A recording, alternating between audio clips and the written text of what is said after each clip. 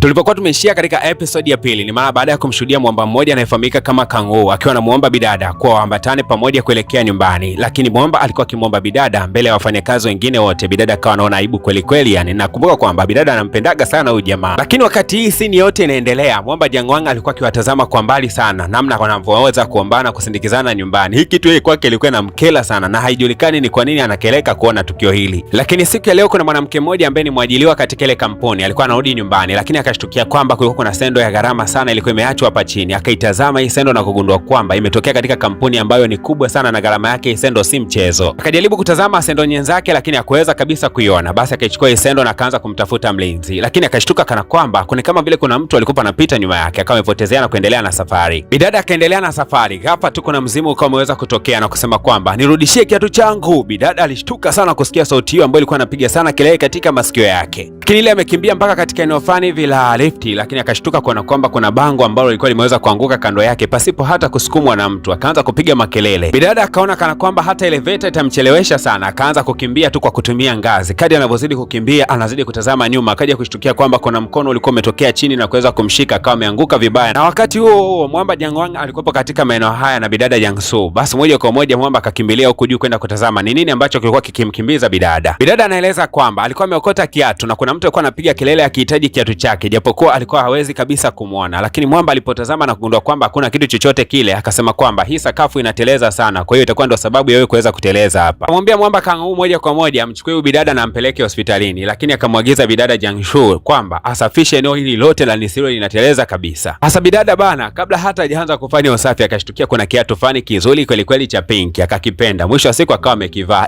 Bana we, kisanga kikaanzia pale pale kwa sababu mizimu ikaanza kumkimbiza kwa kusema kuwa nataka kiatu changu. Ni bidada alikimbia mpaka ule mzimu ukawa umeanguka chini na kuweza kuteguka. Ule mzimu bado ukaendelea kucrawl chini, lakini spidi uliokuwa nayo ilikuwa ni kubwa mpaka bidada akabaki anashangaa. Kumbe mizimu ikiwa milemavu inakimbia kuliko hata binadamu Bidada akakimbia kweli kweli mpaka ndani ya lift. Lift funga, lakini akawa anashuhudia kuna matone fani vya damu yanatiririka katika mitaa hii. Akagundua kwamba mzimu lazima utakopo katika mitaa hii. Hapa tu bana, ile lift inafunga tu na ule mkono wa mzimu ukawa unaingia, lakini ashukuriwe Mungu akaweza kufungia kwa ndani ule mzimu, afu yeye akawa amepenya katika lift huyo. Sasa bidada bana akavuta pumzi akijua kwamba amemaliza mzigo wote, lakini kumbe bana mzimu ulikuwa hapa ndani ya elevator. Kaanza kutikisa kidogo, taa zikaanza kuwakawaka huko zinazima. Alipogeuka akagundua kwamba mzimu ulikuwa huko hapa ndani na ukamwambia kuwa anahitaji msaada wako. Bidada bado akawa amekimbia tu, akutaka kabisa kusikiliza ule mzimu. Alipokimbia alishukuru Mungu kumweza kumwona bosi wake akiwa anatoka katika maeneo haya. Akamsimamisha, bosi naomba nipatie lift, naogopa kuna mzimu unanifukuzia. Sasa huyu bosi kusikiaga mabali ya mizimu hivi anaga kabisa time nayo. Dada hakuamini kabisa namna ambavyo bosi wake ana roho mbaya kiasi kile. Alifukuzia gari lakini bado hakuweza kufanikiwa kuikuta hata kidogo. Baadaye akawa amefumba macho yake kwa sababu aliweza kuona ule mzimu ukiwa unajikongoja taratibu unamfuata mpaka alipo. Lakini mwamba wakati anaendelea kukimbiza gari yake kupitia kioo cha side mirror akaja kushtukia kwamba bidada alikuwa anaonekana mwenye sura ya hofu sana. Jamaa akawa amepata mpaka huruma, akaona kwamba kwa nini sirudi tu kwenda kumsaidia bana. Jamaa akarudisha gari nyuma mpaka hapa bidada alipo, kisha akashuka na kumwambia haya, nini kinachokusumbua? Bidada akamkumbatia mwamba, tafadhali nikumbatie. Basi moja kwa moja ule mzimu ukawa umeweza kuondoka. Akaona kuwa ni kama vile amekutana na ngome ya tumaini jema. Unajua mwamba anaaminiki kwamba kadada kana tabia za kimalaya fulani hivi, kwa sababu kila wakati kanapenda kumkumbatia bila sababu yoyote. Basi bidada akawa anamsimulia mwamba kwamba bidada mmoja anayefahamika Anjingju alikuwa amepataga ajali katika ajali fani hivi ya gari. Anasema kwamba nimsaidie, ndio naye kimiliki kikiatu na ameniomba hiki kiatu nimpelekee mume wake ambaye yuko hospitalini kutazama mwili, kwa sababu mume wake bana amepata taarifa za mke wake kwamba amekufa, kwa analia kweli kweli. Kwa hiyo bidada akawa amesindikizwa na jamaa mpaka huko hospitalini. Kumbuka kwamba jamaa haaminiki kabisa ya masuala ya mizimu, anaona kwamba bidada ni muongo tu. Walipofika katika maeneo fani vya parking hapa hospitalini, bidada akamwambia kuwa naomba tuambatane mpaka ndani nikiwa nimekushikilia mkono, kwa sababu katika maeneo ya hospitalini mizimu inakuaga mingi sana na misumbufu, kwa naomba tuambatane pamoja. Basi jamaa akawa anamfuata tu bidada na kumpeleka huko kwa chumba ambacho mwamba anapatikanika. Yule mzimu akazidi kutoa mwongozo tu akielekeza ni wapi mume wake anapopatikanika, na ni kweli kabisa mume wake akaonekana akiwa anatoa mwili kutokea chumba fulani kupeleka katika chumba kingine. Ghafla tu bana kuna kiatu kilikuwa kimeanguka cha pinki. Yule mume mtu akawa amekiokota kile kiatu na kukumbatia, ndo akawa amekuja kugundua kwamba mume alimpenda sana mke wake. Lakini ile time wanamfuata tu aweze kumrudishia kiatu chake, jamaa akajikuta tu kwamba ameweza kunyanyuka kutoka katika ile siti aliyokuwa ameweza kukaa, na moja kwa moja akawa anaelekea katika chumba fulani hivi cha siri. Akaanza kuongea na simu, lakini ajabu ni kwamba jamaa alikuwa analia eti katika hiki chumba cha siri. Jamaa anaonekana kucheka sana na anaongea na simu kwa furaha. Tena alikuwa anatangaza kwa kusema kwamba hatimaye mke wangu amekufa. Bidada Jiangsu akasema kwamba wakati mwingine wanaume wanatisha kuliko hata mizimu. Yani sikutegemea kabisa huyu kaka kwamba angekuwa na tabia za kishenzi vile. Yule Mzimu Jinju alikuwa akimtazama mpenzi wake, haamini kabisa macho yake kwa kuona kwamba jamaa alikuwa anazungumza kwa kicheko, akajisikia maumivu makali sana ndani ya mtima wake. Bidada Jianshu akasema kwamba lazima ile ajali inahusiana sana na huyu jamaa, kwa sababu hawezi kufurahia kifo cha mke wake kama akuwa amekipanga namna hii. Lakini wakati anataka kwenda kupeleza hicho kifo, jamaa kama amemsimamisha kidogo na kumwambia tulia kwanza. Unaonaje kama ukipata muda wa kuhangaikia mambo yako na kushughulikia mambo yako, kwa sababu watu unaowasaidia hata hawatakuja kukulipa hata shilingi 10, lakini tuna mambo mengi sana ya kuyafanya. Uko busy tu na mambo ya watu wengine katika maisha, pambania mambo yako wewe. Kweli kabisa. Nyakati za jioni bidada akawa anarudi nyumbani akikumbuka namna ambavyo anaishi maisha ya kimaskini. Sendo yake moja imeweza kupotea, anatembelea boksi, watu wanamcheka. Akaanza kuona kweli jamani, nahangaika na mambo ya watu sana, napambania watu wengine, lakini maisha yangu ni ya kishenzi sana. Lakini wakati huo Mwamba Kang'o yule ambaye bidada anampendaga sana akawa amefika pale na hakushangazwa kumuona bidada ameweza kufanya kitu kama hiki. Japokuwa wengine walikuwa wakimcheka, lakini jamaa alifika akajisikia huzuni. Mwamba kama kawaida akaomba amsindikize bidada mpaka nyumbani, kwa sababu anaishi katika vyumba ambavyo vinakaribiana. Huku mtaalamu Gangwan yuko katika gari yake, akaja kushtuka kwamba kulikuwa kuna viatu vilikuwa vimeachwa na mfanyakazi wake mmoja. Akawa anakumbuka kwamba bidada kule hana viatu, alafu hivi viatu vilikuwa vimeachwa kwenye gari yangu. Na Mwamba akawa amelainika moyo wake moja kwa moja bana, akawa anaendesha gari yake kumpelekea bidada hivi viatu angalau viweze kumstili. Lakini ghafla tu akiwa njiani akagundua kwamba amepoteza mwelekeo, ila kuna kitu fulani hivi kama kipeperushi kikaa kana kwamba kinamwelekeza sehemu hivi tofauti kabisa. Hasa unajua binadamu ana tabia moja hivi ajabu, kitu fulani hivi anatoweza katamani kujaribu. Basi jamaa akawa anajaribu kifuata hichi kipeperushi ambacho kilikuwa kinapeperuka mataa hii. Basi moja kwa moja kikawa kimemleta mpaka katika maeneo haya. Ilikuwa ni katika mitaa tena ya hospitali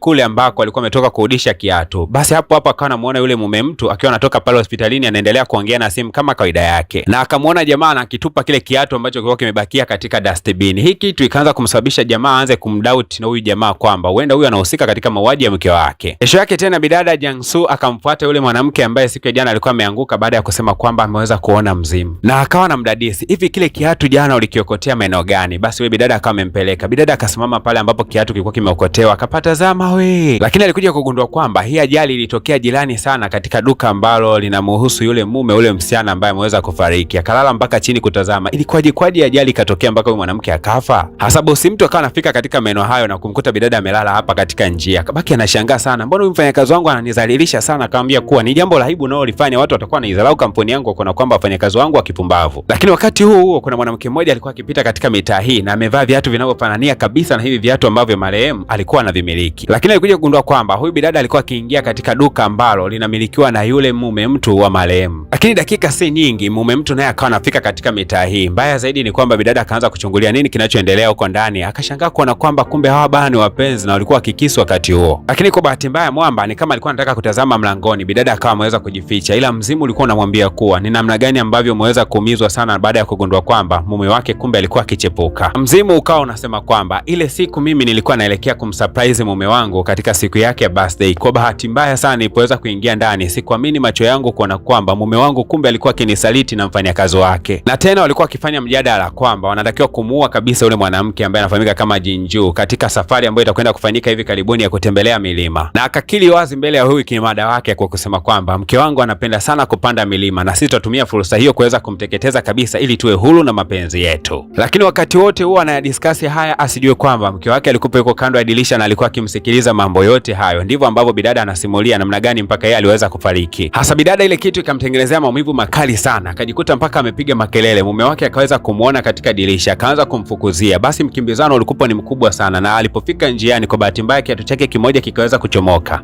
Mume mtu akaendelea kumkimbiza sana mke wake. Kadri anavyozidi kumkimbiza bana, bidada akawa na kosokoso na magari katika maeneo haya ya njia. Moja kwa moja bana akaamua kuwasha ile gesi moja hivi ambayo inakimbiza sana gari ili aweze kumshinda mume wake alikuwa akimfukuzia. Mwisho wa siku bana, gari yake ikawa iko mbio zaidi na ikamshinda kuweza kuicontrol kiunganisha na zile stress ambazo amepitia. Basi moja kwa moja bidada akaweza kupata ajali mbaya na kupoteza maisha pale pale. Hasa mpango wa pili ambao mume mtu alikuwa nao wakati huu ilikuwa ni kuhakikisha kwamba anawateketeza pia mazima wa wazazi wa yule bibie, kwa sababu kama wazazi wake watakuwa wamekufa basi yeye atakwenda kulisi kila kitu katika ile familia. Lakini katika wakati huo mama mkwe bana alikuwa akimpenda sana huyu mkwe wake, akawa amemletea chakula cha mchana na kumwambia kwamba utapata hicho chakula mwanangu. Mwanamama akampa pole sana huyu mume mtu, lakini mume mtu akasema kuwa mama usiofu, nimeweza kupoa, lakini mama ningependa katika weekend hii tuweze tukafanye matembezi. Mama mtu akasema sawa mwanangu. Bidada Jiangsu akashindwa kabisa kuvumilia, moja kwa moja akamfuata jamaa, kisha akampatia kile sendo ya mke wake na kumwambia kwamba hii ni sendo kwa mke wako, unaweza kaichukua. Tena alikuwa anaongea haya maneno mbele ya mama mkwe kwa kusema kwamba mke wako ameniagiza nije nikurudishie hii sendo yake haraka sana. Jamaa akajikuta anachanganyikiwa na kuanza kumuuliza huyu mwanamke, hivyo una akili kweli wewe? Mama mtu akawa anauliza, ina maana hiki kiatu ni cha mtoto wangu? Jamaa akasema hapana, huyu mwanamke atakuwa amechanganyikiwa tu. Mke wangu hajawahi kuwa na kiatu kama hiki hata siku moja. Akawa anamkana mke wake mbele ya watu wote yani. Mwamba akasema hapana, mke wangu mimi viatu vyake vyote polisi walikuwa wameweza kuniletea, ninavyo hapa. Akaenda kuvichukua vile viatu akavileta. Lakini bidada akasema hapana, huyo ni muongo, anadanganya. Akawa amekasirika bidada na kutaka kuanza kumshambulia huyu jamaa. Jamaa akaanza kuzungumza kwa uchungu kwa kusema kwamba mke wangu amekufa karibia wiki moja iliweza kupita. Alafu leo unakuja kunirejeshea maumivu. Unataka mimi nijiue pia nimfuate huko aliko? Eti unataka nijiue? Sawa basi nitajiua. Basi mama mkwe baada ya kuyaona haya akawa amewaita walinzi na moja kwa moja walinzi wakawa wamefika hapa na kumtoa bidada wakijua kwamba huyu ni chizi kabisa ambaye anaenda kumsababishia mkwe wake matatizo. Walinzi wakamtoa bidada Gangsu kama chizi, wakamwangusha chini na kuanza kumwambia kwamba huyu chizi anafanya nini hapa katika hii kampuni yetu? Hapaswi kabisa kuendelea kwa hapa. Watu wakamzingira bidada na kumuona chizi kama wote. Bana, asanteni kwa mapenzi makubwa. Tukutane katika episode ya 4. Bila kusahau, usisahau kucomment makopakopa hapo chini, usisahau kulike, lakini pia kwa wewe ambaye bado hujagusa alama ya kusubscribe ni vyema ungesubscribe mapema kabisa. Na wakumbusha kwamba kila tunavyofikisha like 100 tu basi episode ya mbele yake inakuwa inatoka hapo hapo. Kwa hiyo tuhakikishe kwamba tunagusa alama ya kulike kadri tunavyoweza, lakini tusisahau kusubscribe katika channel yetu ile ambayo imeandikwa PVP Media Recaps kwa sababu ni muhimu kufanya hivyo.